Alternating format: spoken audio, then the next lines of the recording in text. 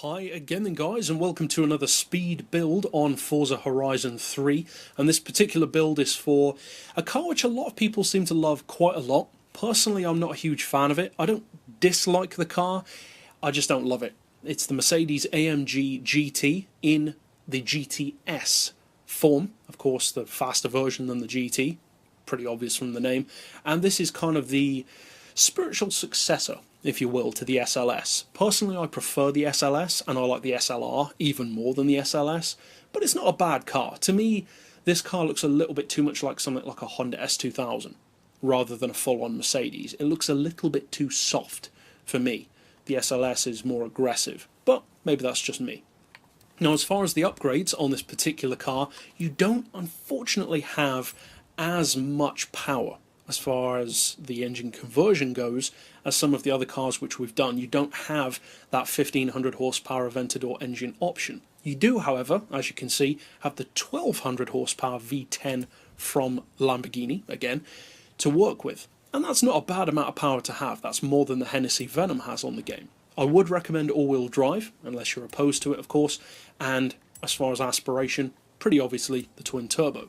Now, if you like the way the car looks with the choice of ADV1 rims, etc., then of course you can get this build on my storefront, as you can with all of my tunes on YouTube, and there are loads of tunes which aren't on YouTube which are also on my storefront, so use the keywords down in the video description if you want to check those out. But if you want to do it yourself, obviously the rest is obvious. As I said, increase the power, lower the weight, increase the grip, all that good stuff. Now, as far as the tuning side of things, which of course is the way to get the potential of the car unleashed, the benchmark is pretty good.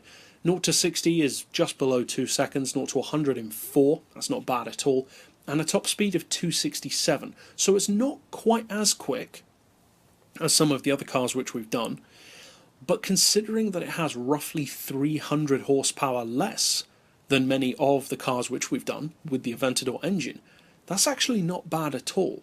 Now, as far as the gearbox, I would recommend a final drive of 3.4, then individual gears of 2.9, 2, 1.5, 1.18, 0.94 and 0.75. Then as far as the alignment, neutral, camber and tow, but you can give it some if you want it to.